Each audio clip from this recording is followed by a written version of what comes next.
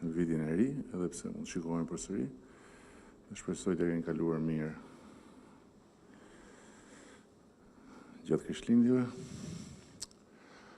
Arsyeja e kësaj konference lidhet me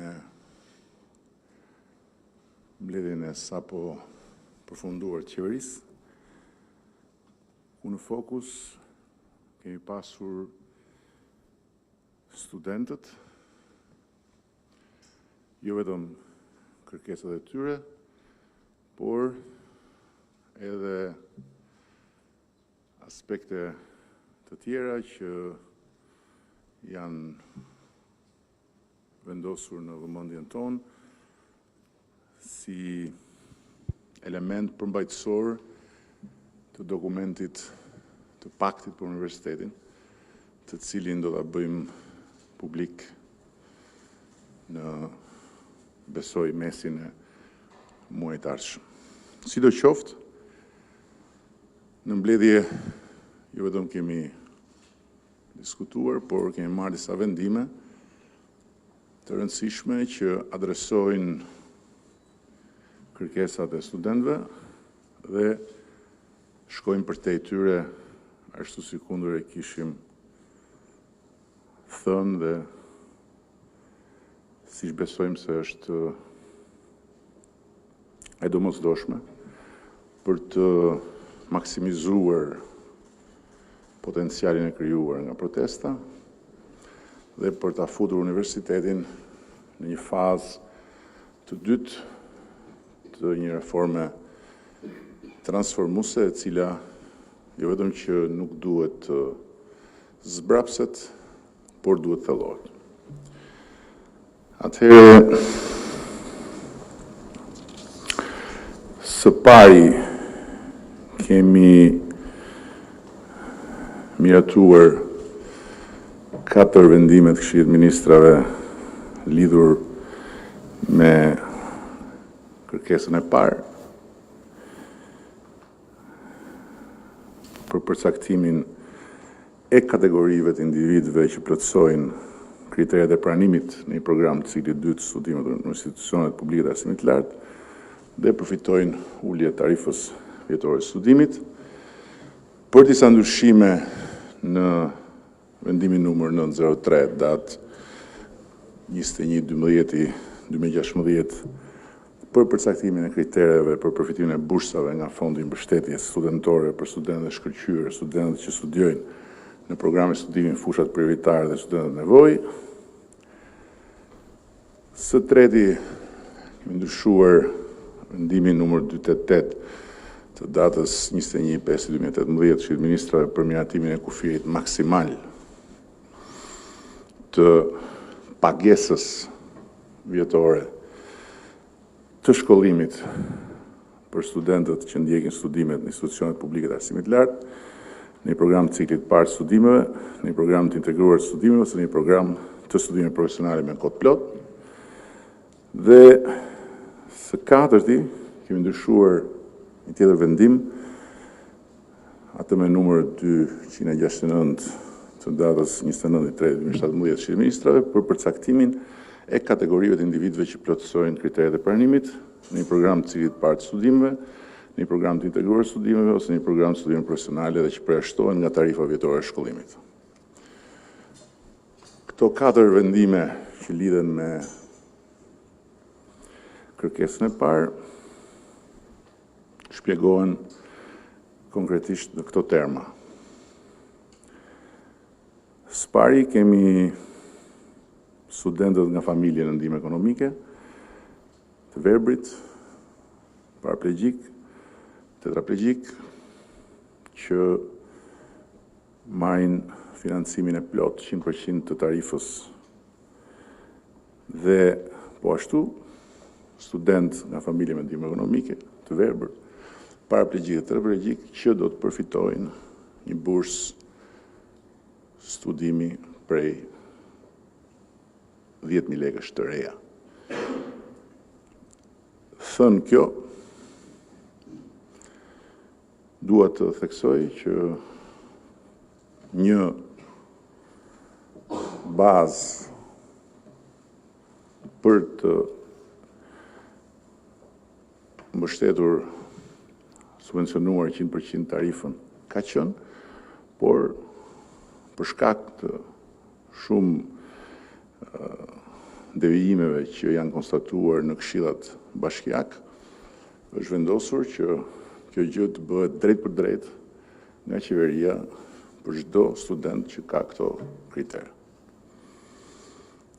Së dyti, studentët me notë mesatare mbi 9 në çdo program studimi do të përfitojnë financimin nga qeveria 100% të tarifës tyre të regjistrimit, nga tarife plot që paguanin përpara këtij vendimi. Dhe po ashtu, në çdo program studimi, ata do të përfitojnë një bursë prej 10.000 lekësh të reja, ndërkohë që deri sot bëj fjalë vetëm për 8.100 lekë dhe vetëm për ata me mesatare 10.00. Kjo e zgjeron ndjeshëm gamën, por dhe mbështetjen e qeverisë drejt për drejt për studentët më të mirë.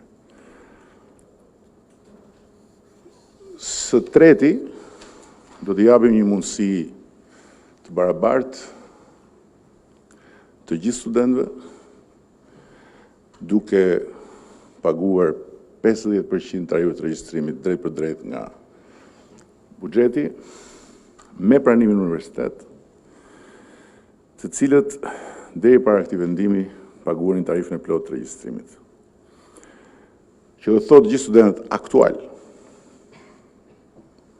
për pjesën e mbetur të këtij viti akademik, edhe ata me 4 dhe me 5, nuk do të paguajnë, por do të paguajë buxheti i shtetit për ta. Ndërkohë që me vitin e ardhshëm akademik, të gjithë ata që nuk do të jenë në mesatare 6 e sipër, do të humbasin çdo mbështetje financiare nga buxheti i shtetit.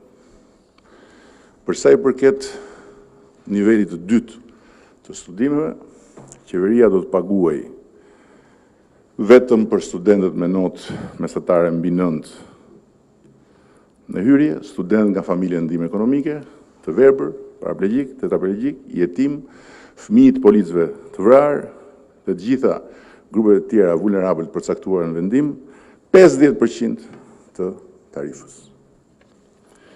Ky është grupi i vendimeve të qeverisë për sa i takon tarifave.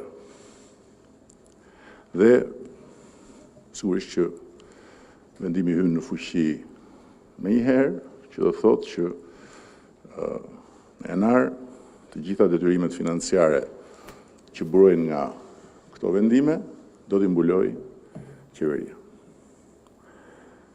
Ana tjetër e kërkesës lidhet me konviktet.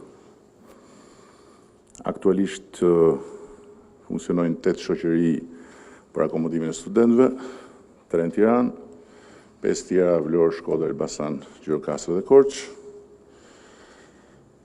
Marrin një mbështetje buxhetore nga shteti dhe në të njëjtën kohë janë shoqëri të cilat kanë nevojë për një reformim të thellë, gjë për cilën ne po punojmë. Por ajo që është e rëndësishme është që me aktin normativ të buxhetit janë $3 milion shtesë për investimet në infrastrukturën e konvikteve. Po ashtu është duke u negociuar dhe praktikisht kemi marrë miratimin parim një projekti dytë me vlerë 27 milion euro, nga cilat 20 milion janë kredi me interesa të arsyeshme dhe 7 milion janë grant nga qeveria gjermane, që i shtohet edhe fazës parë të projektit që tani më ka filluar të zbatohet. Në ndërkohë, Agjencia e Zhvillimit Turk ka ardhur dhe ka filluar edhe ajo punën në qytetin studenti dhe do t'jetë pjesë e programit. Ka filluar gjithë procesi i bisedimeve me agjencitë tjera mbështetëse, ndërkombëtare, dhe çka është pak po e sigurt, brenda këtij mandati të gjitha konviktet e Republikës së Shqipërisë do të jenë të rindërtuara. Lidhur me kërkesën e dytë, që është transparenca me buxhetin nga Ministria e Arsimit dhe institucionet e arsimit lartë, publikimit të gjitha shpenzimeve online, situata aktuale është që institucionet e arsimit lartë gëzojnë të drejtën për të caktuar rregullat e brendshme të financimit, të shpërndarjes dhe të përdorimit të ardhurave sipas veprimtarisë dhe nevojave të institucionit, për të përcaktuar tarifat e studimit në përputhje me ligjin, për të hartuar buxhetet e tyre duke filluar nga niveli çdo departamenti, në nivel fakulteti dhe më pas në nivel institucioni të arsimit lartë, buxheti miratohet paraprakisht nga Senati dhe më pas i kalohet për aprovimin final bordit të administrimit. Fatkeqësisht, studentët dhe një pjesë e konsiderueshme e stafit pedagogjike ose nuk kanë ose kanë informacion të kufizuar mbi buxhetin, nuk janë të përfshirë në nivelin e hartimit dhe të aprovimit të tij dhe nuk kanë dijeni për shpenzimet. Çka do të thotë që ligji i arsimit lartë u ka dhënë, ma ligji ende nuk u ka garantuar. Dhe ma ligji në këtë rast është institucioni që ka autonominë dhe detyrimin për ta bërë këtë. Çfarë vendosëm ne sot është nëpërmjet një vendimi të Këshillit të Ministrave për garantimin e transparencës financiare në institucionet publike të arsimit lartë, të krijohet portali i transparencës dhe i trajtimit të ankesave me qëllim garantimin e transparencës në institucionet publike të arsimit lartë. Portali të jetë i aksesueshëm nga të gjithë dhe në të publikohen një të dhënat detajuara mbi të ardhurat dhe shpenzimin financiar të çdo institucioni të arsimit lartë.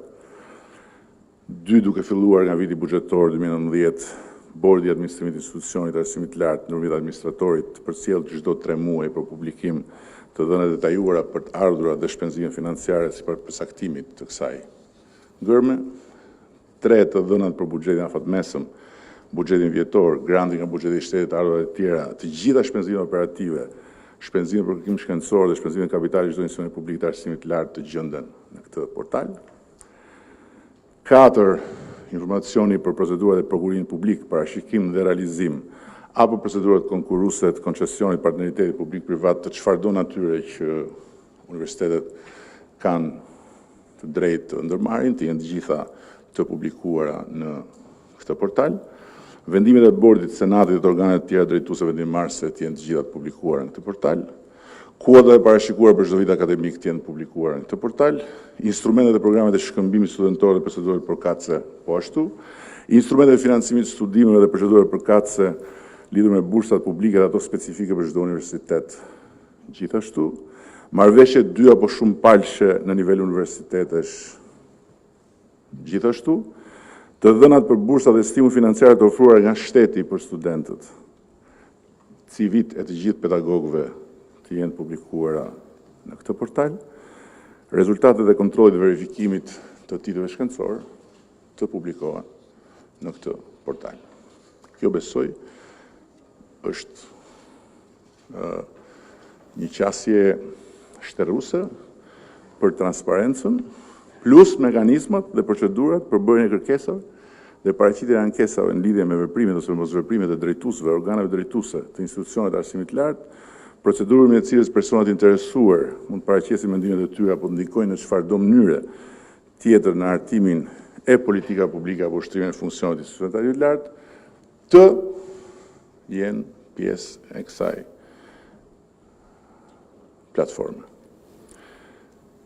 Dhe në ndërkohë, në vendim, krijohet struktura përgjegjëse për kontrollin e transparencës së arsimit lartë, për trajtimin e ankesave dhe kontrollin e transparencës së trajtimit të këtyre ankesa. Afati realizimit, prill 2019. Kërkesa e tretë ka të bëjë me peshën e votës. Një informacion për aktualitetin. Ligji për arsimin e lartë e organizon dhe e garanton pjesëmarrjen e studentëve nëpërmjet 4 elementeve. Pjesëmarrjen në senat, pjesëmarrjen në zgjedhje, pjesëmarrjen në komisionet e përhershme, këshilla studentore. Dhe ligji u njeh drejtën studentëve të përfaqësohen në të gjitha komisionet e përhershme. Komisionet e përhershme janë organe kolegjiale që organizohen në nivel universiteti dhe nivel fakulteti. Ato kryejnë funksione në fushat përcaktuara në statut, që lidhen me gjithë gamën e aktivitetit të universitetit, dhe problematika është e qartë. Në masë të madhe, këshilla studentore dhe komisionet e përhershme nuk ekzistojnë. Ligji u jep të drejtën dhe detyrën institucioneve të arsimit lartë, është autonomia që fatkeqësisht është kuptuar si liri pa përgjegjësi, ndërkohë që autonomia është përgjegjësi me lirinë e nevojshme për ta ushtruar atë. Dhe këto institucione që janë konceptuar si ura dhe pika takimi më e shpeshtë problematikat e studentëve, në një masë të madhe, mungojnë dhe krijojnë ndjenjën e përjashtimit dhe të nën përfaqësimit të studentëve. Çfarë u vendos sot, konfirmosur urdhrin e kryeministrit për ngritjen e një grupi ndërinstitucional që të hartojë modelin e statutit për institucionet publike të arsimit lartë. Një statut tip që do të lehtësojë punën e institucioneve të arsimit lartë për miratimin e statuteve të tyre, nga ku do nis pastaj dhe procesi i plotësimit të gjithë këtyre boshllëgjeve të krijuara. Dhe mbyllja e procesit statuteve të çdo institucioni të arsimit lartë, asistenca ligjore për ta nëse kjo do të paraqitet e nevojshme, si dhe procesi i plotësimit të strukturave përfaqësuese të studentëve, me monitorim të komisionet përhershme përfaqësimit të studentëve në përputhje me statutin, besojmë që adresojnë më së miri nevojën nga e cila ka buruar një kërkesë që nuk e gjejmë të adresuar në formën që është shtruar në asnjë universitet të globit. Asnjë. Kërkesa e katërt është rishikimi i titujve akademik, verifikimi i plagjaturave të doktoraturave të teksteve mësimore. Gjatë verifikimit vjetër të ligjshmërisë janë parë çuditëra, shkelje e plotë e standardit udhëheqjes një profesor jo më shumë se 5 doktorantë, që është quar në një profesor me 15 dhe kemi gjetur edhe rekordmen me 41 doktorantë, mos respektimi i afateve kohore për marrjen e titullit, është arritur në rekorde si ato të Akademisë së Albanologjisë, ku janë dhënë doktoratura për 3 muaj, dhe s'ka raporte verifikimit plagjaturave që janë detyrë e universitetit. Janë detyrë e universitetit. Çfarë u vendos për këtë çështje sot? U miratua vendimi i Këshillit të Ministrave për kontrollin antiplagjatur të disertacioneve për fitimin e gradëve shkencore, si dhe kaloi projekt ligji që do të çel menjëherë konsultimin publik për kodin e sjelljes për integritet në kërkimin shkencor në Republikën e Shqipërisë. Është një projekt ligj që besojmë se adreson në mënyrë precize një problematikë komplekse dhe jep mundësi të gjithëve të përfshihen në konsultimet publike për t'i dhënë atij sa më parë formën përfundimtare dhe për ta vendosur si bazë të një procesi ku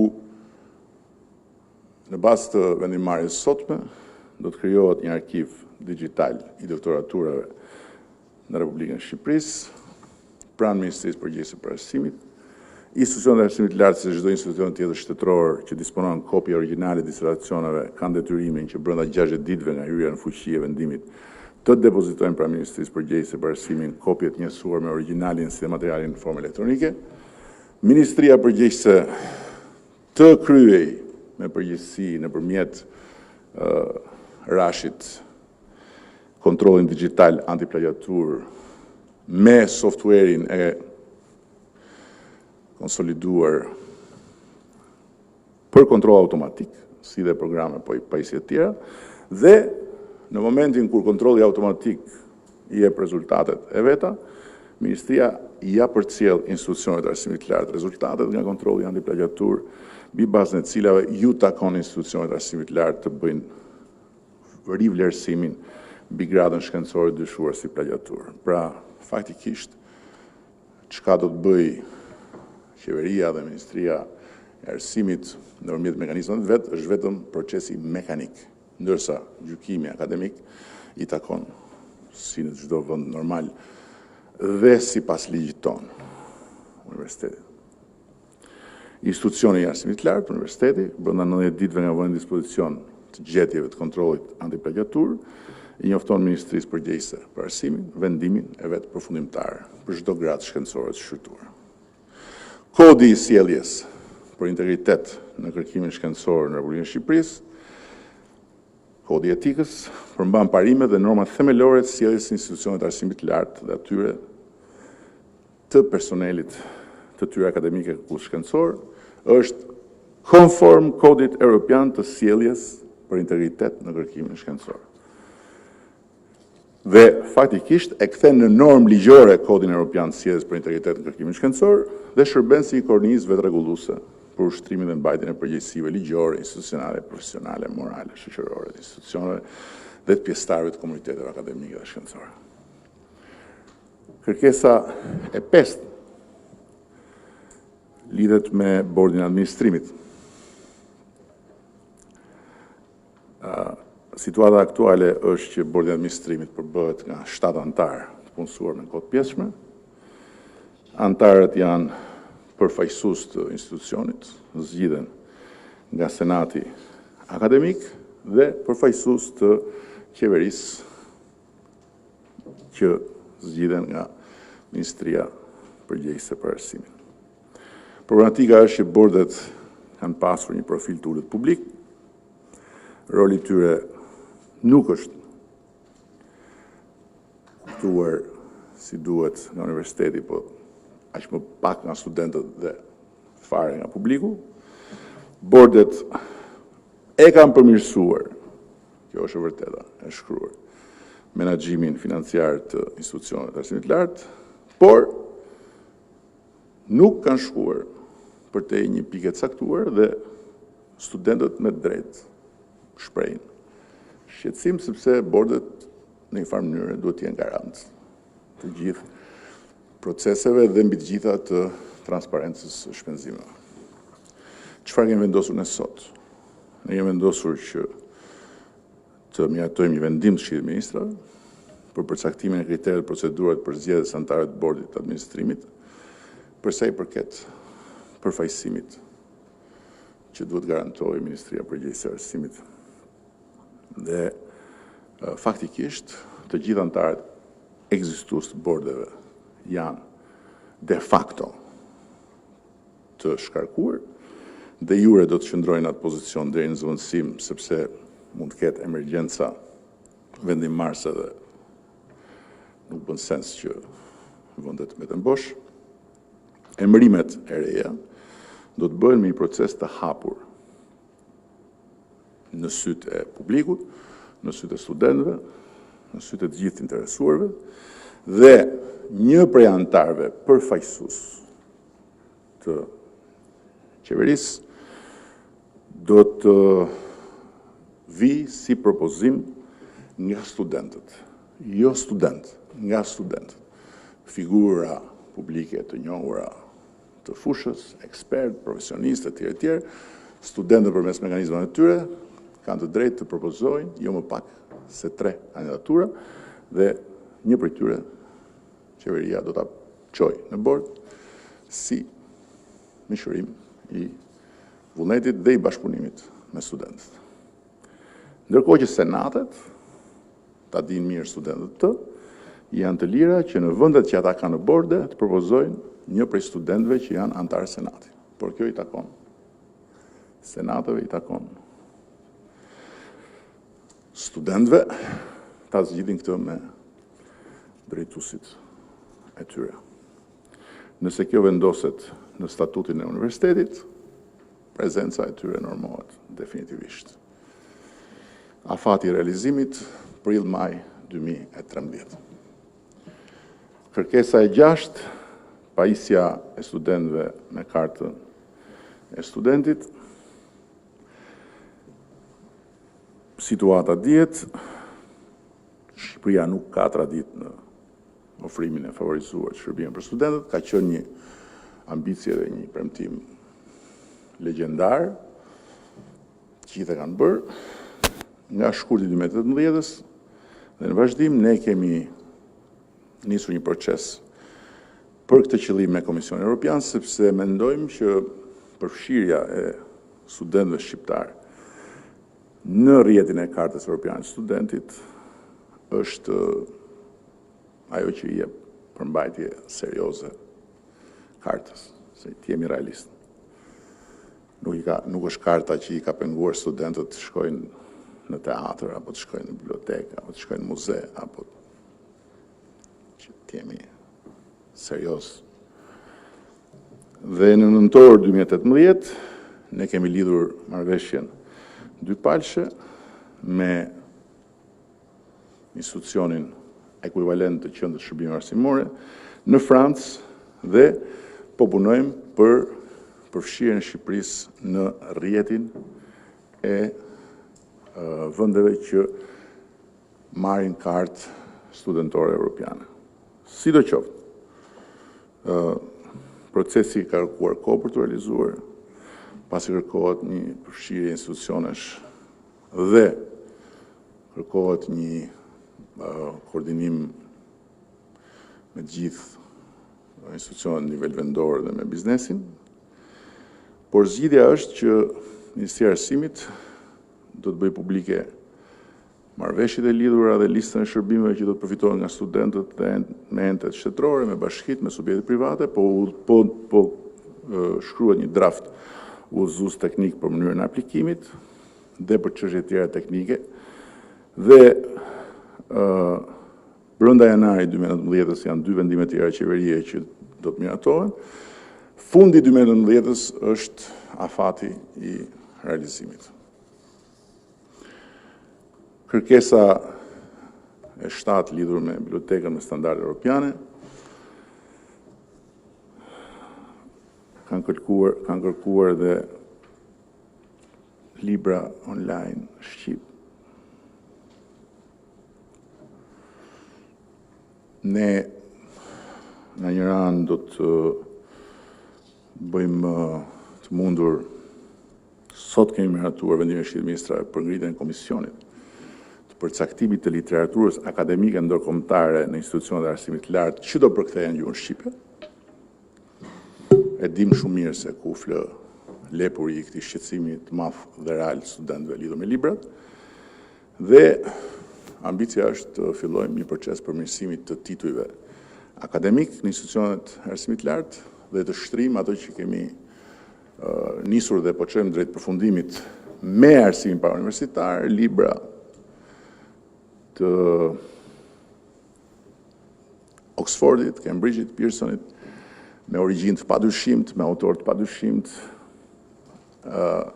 si praktik të shtrihet dhe në institucionet e arsimit të lartë, duke hedhur një hap të madh në fakt në përmirësimin e titujve akademik. Por, për sa i përket bibliotekës, kemi vendosur marsin si afatin e fundit të vendosjes në funksionim të bibliotekës globale digjitale. Dhe ndërkohë, dua ta them sot që të mos thonë që nuk e thash, jo tani, po studentëve u them që në afat të mesëm duhet prisni një vendim shumë të qartë lidhur me anglishten. anglishtja do të jetë një nga kushtet që do të përcaktojnë shumë gjëra në marrëdhëniet tuaja me shtetin, me universitetin, me diplomë. Sepse nuk mundet dot që ne të përjashtojmë gjuhët e huaja nga formimi universitar edhe të bëjmë protesta për të kërkuar online biblioteka shkencore. Sidoqoftë, kjo do të vijë më vonë, sepse ndërkohë e kemi thënë më parë dhe po punojmë që do t'i ofrojmë të gjithëve kurse anglishte e falas.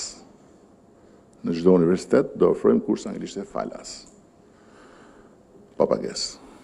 Dhe anglishtja më herët se vonë do të hyjë te kushtet për të marrë mbështetje nga shteti. Të çfarë do lloji? Nuk jemi duke shkuar drejt vitit 1945, jemi duke shkuar drejt vitit 2045.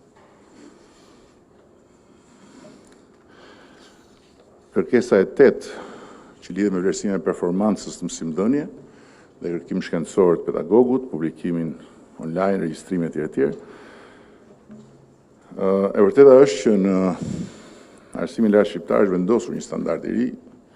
Të gjitha universitetet janë akredituar ndërkombëtarisht nga Quality Assurance Agency, që është një nga agjencitë më të njohura të botës nga Britania e Madhe, por si kundër është cilësuar në raportin e akreditimit, disa institucione publike të arsimit lart nuk kanë treguar seriozitetin e duhur në zhvillimin e procesit të akreditimit, si pasojë e konflikteve të brendshme me strukturave, mungesës kulturës institucionale, autoriteteve drejtuese, etj. Ajo që ne vendosëm është që të ngrihet me njëherë grupi i punës për të ndryshuar vendimin e Këshillit Ministrave për kodin e cilësisë së arsimit lart, në mënyrë që në këtë kod të adresohen shqetësimet e ngritura nga studentët, që do të thotë që gjithë vija e sjelljes dhe qasjes ndaj studentëve të jetë një vijë sjellje dhe qasje e njohur dhe e mbështetur parimisht nga studentët. Pastaj, kush shkel vijën, është si ai që shkel ligjin. Ndërkohë që po sot është miratuar dhe vendimi i Këshillit Ministrave për vlerësimin e performancës në mësimdhënie të personelit akademik në institucionet e arsimit lart nëpërmjet praktikës së mirënjohur ndërkombëtare të sondazhit kombëtar të studentëve. Aplikimi i instrumentit të kontrollit dhe vlerësimit studentor dhe kërkimit shkencor të personelit akademik përmes sondazhit kombëtar do të nisë së shpejti. Këto janë pikat e studentëve, po këtu nuk mbaron qasja jonë ndaj problematikës së universitetit dhe fal edhe dialogut të nisur me shumë shqetësi, të tjera gjëra janë shtuar dhe faktikisht paketa jonë për universitetin do të jetë një paket 8+. Po ju them deri tani, sepse unë uroj, jam i bindur që dialogu do të vazhdojë dhe ndërkohë paketa dokumenti strategjik i Paktit për Universitetin do t'ju ofrohet të gjithë studentëve për ta parë dhe për ta vlerësuar dhe për të kontribuar që në fund të kemi një dokument, një marrëveshje të madhe, mirë kuptimi dhe angazhimesh mes qeverisë dhe studentëve. Por deri tani kemi vendosur sot që të gjitha vendet ne disponueshme në administratën publike të jenë në dispozicion të studentëve më të mirë. Është një vendim i Këshillit Ministrave për punësimin e studentëve më të mirë në institucionet e administratës shtetërore pjesë e shërbimit civil, sot për sot, studentët më të mirë kanë një pengesë, sepse kur shkojnë për të konkuruar, ju thuhet që s'ke eksperiencë. Dhe pyetja është si e krijon eksperiencën. Sigurisht që ligji është një ligj europian, është ligj i punuar bashkë me Bashkimin Evropian, është ligj i standardeve europiane, por për të kapërcyer këtë ndërsh dhe për t'i dhënë një mesazh shumë të qartë gjithëve. Dhe njëkohësisht për të zbrapsur me një lëvizje që është në kufijtë e ligjshmërisë për i vërtetës gjithë ato duhmat e tepsisë, ne do të bëjmë publike në vijim vendet e lira, në administratën publike,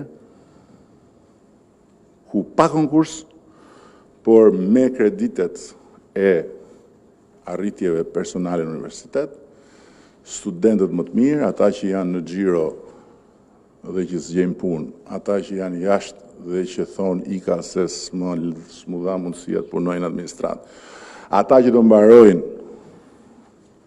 të mund të zgjedhin vetë vendin dhe një sistemi i zgjedhjes do të fillojë nga lart poshtë. Pra, shembull, 20 vende të lira në Ministrinë e Financave janë dispozicion të më të mirëve në financa. Dhe më i miri nga lart poshtë ka zgjedhjen e parë. Mund të thotë dua, mund të thotë s'dua. Momenti kur thotë dua, ai vend është i zënë. Vjen i dyti. Mund të thotë s'dua, ai vend është dispozicion me kështu me radhë. Po do pak punë sistemi, po besoj që brenda 6 muajve të parë të vitit do ta kemi gati gjithë sistemin me këtë rend prioritar. Ekselentët që kanë studiuar jashtë kanë zgjedhjen e parë. Ekselentët që kanë studiuar në Universitetin publik kanë zgjedhjen e dytë, ekselentët që kanë studiuar në Universitetin privat kanë zgjedhjen e tretë. Dhe njëkohësisht po punohet për një tjetër vendim të Këshillit të Ministrave për vendet e lira në shtet, jo në administratën publike. Hipoteka, aluizni, gjithë vendet e lira të punës në administratën jo publike do të jenë në dispozicion të më të mirëve. Do të shpallen publikisht, do të jenë monitorueshme siç janë monitorueshme vendet e punës në sistemin e mësuesisë apo në sistemin e infermerisë fundmi dhe do të jenë zgjedhje individuale me çfarë ke në bankën e dijes. Kredit që ke nga studimet. Dhe askush, as ministra, as drejtor, as profesor, as kushuri, as pareli nuk kanë mundësi të ndryjnë në këtë sistem, sepse do jetë i hapur, transparent dhe publik. E di që është diçka që s'ka bërë asnjë vend tjetër, e di që është në kufijtë e ligjshmërisë, por ne do ta bëjmë këtë me shumë vendosmëri, sepse një nga gjërat më të mira të kësaj proteste është që mund të thyejmë disa korniza, mund të kapërcejmë pak disa vija dhe mbi të gjitha me studentët më të mirë mund të bëjmë histori duke goditur përfundimisht dinozaurin e administratës që ka lindur, është rritur dhe është ushqyer në baklavan e partive politike. Me që po vjen dhe viti ri. Pika tjetër është kampusi universitar i Tiranës, është firmosur urdhri për ngritjen e punës për të çuar më tutje një proces të ngecur për shkak të problemeve të pronës në radhë parë, por edhe të financimit. Problemet të pronës besoj që i dini, i keni parë. Ata që u refuzuan nga studentët për të mbështetur protestën me zë dhe me figurë, kanë menca, kanë klube, kanë konvikte, kanë deri edhe dorë në organizimin e lotove në sahat e leximit të konvikteve të vajzave.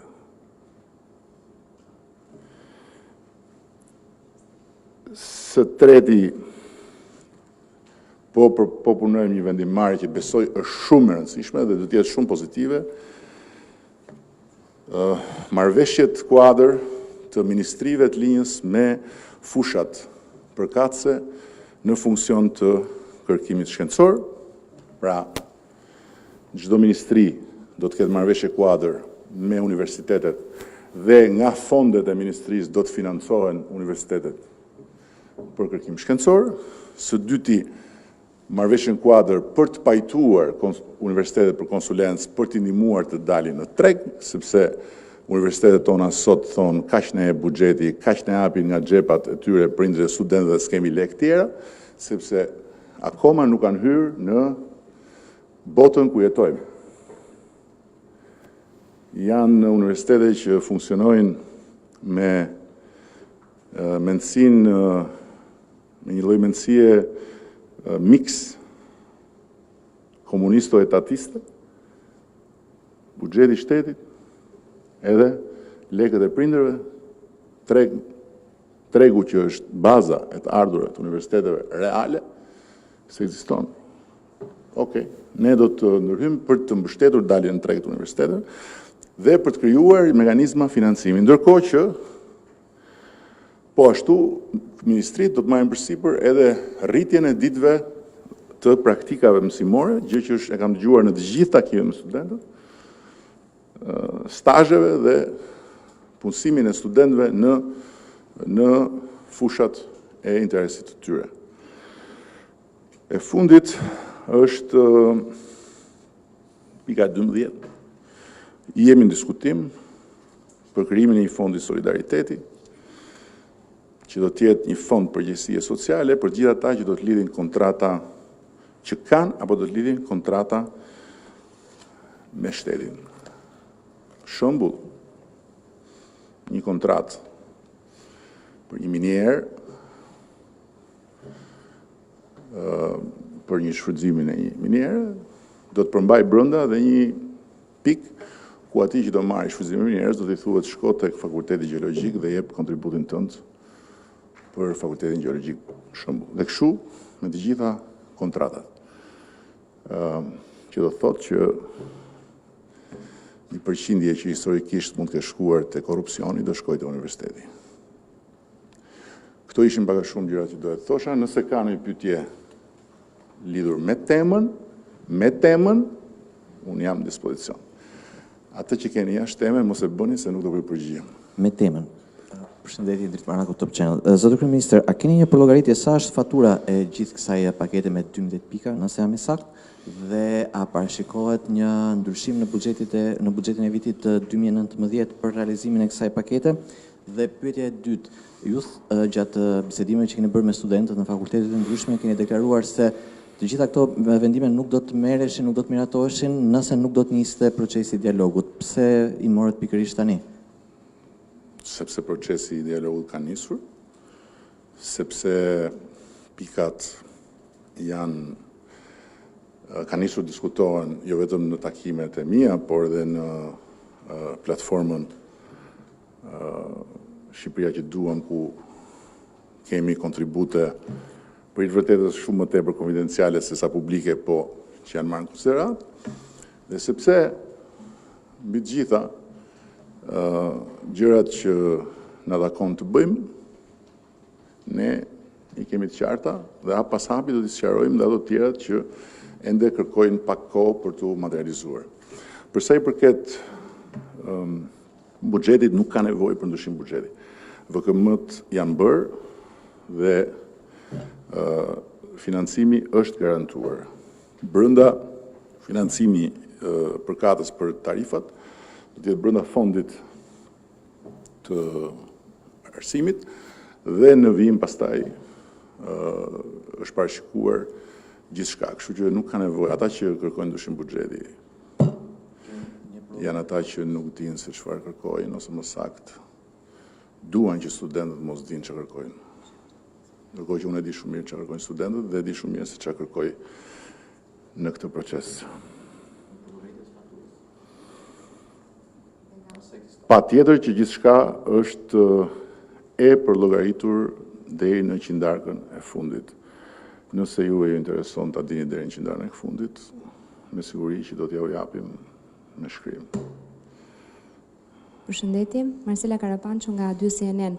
Duke vjuar pyetjen e kolegut, do t'jetë një fond I cili do të subvencionojë tarifat e studentëve I marr nga ministritë të tjera, nga fondet të tjera, apo është brenda Ministrisë së Arsimit, e para, dhe e dyta, nëse studentët do të vazhdojnë, po të vazhdojë protesta e tyre, keni një plan B? Faleminderit. Edhe herë, nuk ka nevojë për ndryshime në buxhet. Vendimi I Këshillit të Ministrave del në bazë të ligjit të buxhetit. Dhe fondi është I garantuar. Studentët, sipas të gjitha atyre që thash, në janar nuk do shkojnë të paguajnë pjesën që I takon qeverisë të paguajë. Qeveria do të paguajë drejt për drejt të gjitha universitetet, dhe kjo çështje është e mbyllur. Përsa I përket planit, planim është shumë I qartë. Unë do të udhëheq protestën e studentëve. Ju mund të qeshni, por shumë shpejt do shikoni që do ta kap dhe protestën siç kam kapur gjithë të tjerët. Dhe studentët kanë kërkuar disa gjëra të arsyeshme, por operacioni duhet shkojë shumë më thellë dhe reforma duhet shkojë shumë më thellë. Kemi një bazë absolutisht të padiskutueshme që është ligji I arsimit të lartë, por kemi nevojë të bashkëpunojmë ngushësisht për ta zbatuar atë dhe për t'i dhënë hapësirë ambicieve dhe shpresave të gjithë vajzat dhe djemve që shkojnë në rrugën e universitetit për të studiuar, se jo të gjithë shkojnë për të studiuar. Një pjesë shkojnë për të kaluar edhe ca vite para se sa të gjenden në rrugën e jetës pa ditur se çfarë do bëjnë, dhe ndërkohë, paralelisht, shumë shpejt ne do të nxjerrim dhe planin për rritjen e ndjeshme në çdo vit të kolegjeve profesionale dhe uljen e numrit të atyre që shkojnë në universitet për arsime lartë. Është një numër jashtë çdo lloji logjike dhe jashtë çdo lloji arsye. Ne nuk kemi nevojë për 300 gazetarë në vit, besoj, për shumë. Ju kemi ju edhe na duken një siguri 3000. Llogaritë tani 300 vit. Ku do shkojnë? Ku do shkojnë? Ku do punësohen? 4 vjet studime, ku do shkojnë? Mora një shembull, po mund të marr shembuj të tjerë. E dini që nga viti I shyrjes së dyreve të universiteteve kemi prodhuar 10.000 juristë. Ku do shkojnë? 10.000. Ndërkohë që shumë prej tyre fare mirë mund të bëhen profesionistë të lartë. Pra, flasim për shkollën profesionale të mesme, flasim për kolegje profesionale dyveçare, siç ka gjithë botë. Dhe kjo është rruga. Por në fazën e parë na duhet të ecim me këto 8 pikat plus. Ergyzjen që 2024. Zoti kryeministër, pra me sa thatë buxheti nuk do të rritet, pra kërkesa e studentëve për 5% të GDP-s nuk do të rritet, nuk do të plotësohet. Gjithashtu edhe ligji I arsimit të lartë, me sa kuptuam, nuk do të preket? Nuk ka asnjë arsye që ligji I arsimit të lartë të preket sot.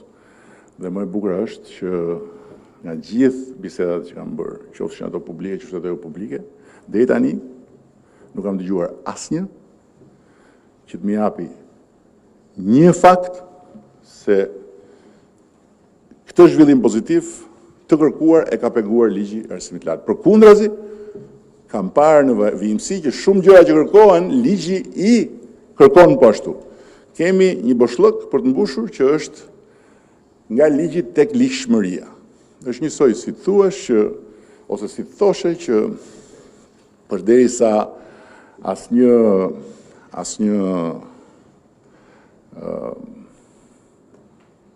shqiptar trim nuk e vendoste rrypin e sigurisë, ligji nuk funksiononte. Edhe duhet bënim një ligj tjetër, që të kalonim në ndonjë sistem tjetër sigurie. S'është ligji, është ligjshmëria. Dhe të tilla shembuj mund të marrin plot. Kështu që ligji I arsimit të lartë nuk preket. Edhe një fjalë kam për pedagogët që mbledhin firma për të prekur ligjin e arsimit të lartë, që është shumë e rëndësishme të ndajmë një herë pedagogët. Ka shumë pedagogë në universitet që janë heronj. E them pas një egzagerim. Heronj. Por ka dhe tjerë që janë si ajo shpreha e atij filmit sa gjëra bëhen në emrin tënd o popull. Kështu që përpara se sa pedagogët të shkojnë tek ligji, është mirë që secili të provojë përputhjen e vet me ligjin. Për sa i përket atyre që pretendon apo atyre që ai është doktora, profesora, i asociuara, i bashkuar, gjitha këto është mirë të bëhen një herë. Ligji nuk na pengon as për këtë, për asgjë. Kështu që ligji nuk preket, s'ka asnjë arsye të preket. Kush kërkon prekjen e ligjit, ka drejtën e vet. Ka drejtën e vet. Po. Ligji është rezultat i vullnetit të një shumice që ka marrë mandatin e popullit. Asnjë pakicë. E pakicës, së pakicës, për më tepër nuk mund do të imponoj asgjë. Përsa i përket 5%-it nuk u zgjata në këtë, por në paktin për universitetin, edhe kjo çështje do të jetë e shpjeguar më së miri me të gjithë argumentat dhe kontributet e shqiptarëve përmes buxhetit në arsim, do të shkojnë duke u rritur dhe do të shpjegohen më së miri si, kur dhe pse nuk është e mundur kjo sot apo ajo nesër. Por nuk e thash këtu me që s'kemi një përgjigje për këtë. Ndonjë titull shkencor tjetër? S'ka tjetër. Mirë, shumë faleminderit të gjithëve. Besoj që do kemi një takim tjetër për para fundit vitit, si zakonisht, dhe uroj shumë që gjithë të vendime të çojnë mesazhin e vërtet dhe të dur tek të gjitha ata që në protest dolën me zemër dhe me mendje tek vetja dhe tek universiteti. Atyre të tjerëve do t'ja u themi gjërat kur t'ju vi radha se jam i bindur që ata nuk do të riqin nga protesta. Mirupafshim.